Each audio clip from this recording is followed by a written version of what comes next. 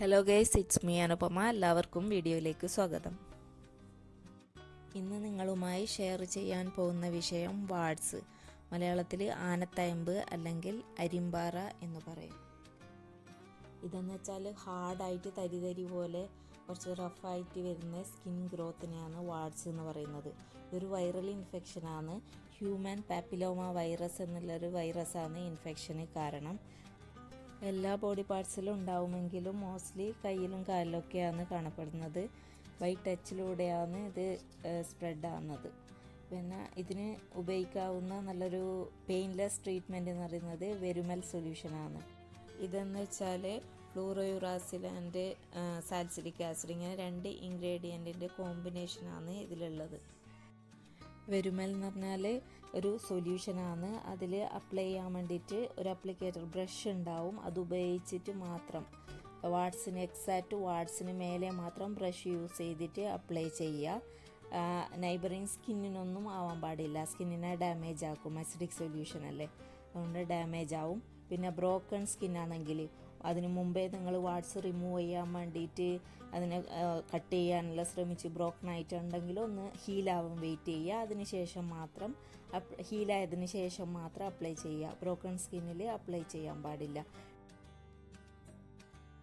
Daily 2-3 പ്രാവശ്യം apply ചെയ്യാം. വാട്സ് മുഴുവനായിട്ടും ഫിനിഷ് ആവുന്നത് വരെ.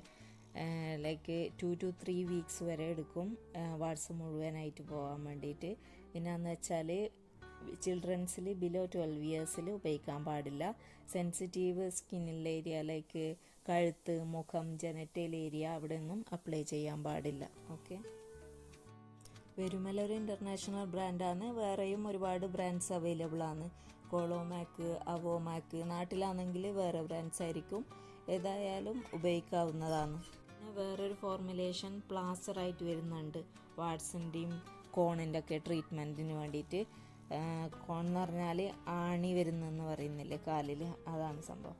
അപ്പോൾ പ്ലാസ്റ്ററാണ് ഉപയോഗിക്കുന്നതെങ്കിൽ അത് ഡിപ്പെൻസ് ആണ്. അതിൽ എഴുതിയിട്ടുണ്ടാവും 24 hour 48 hour.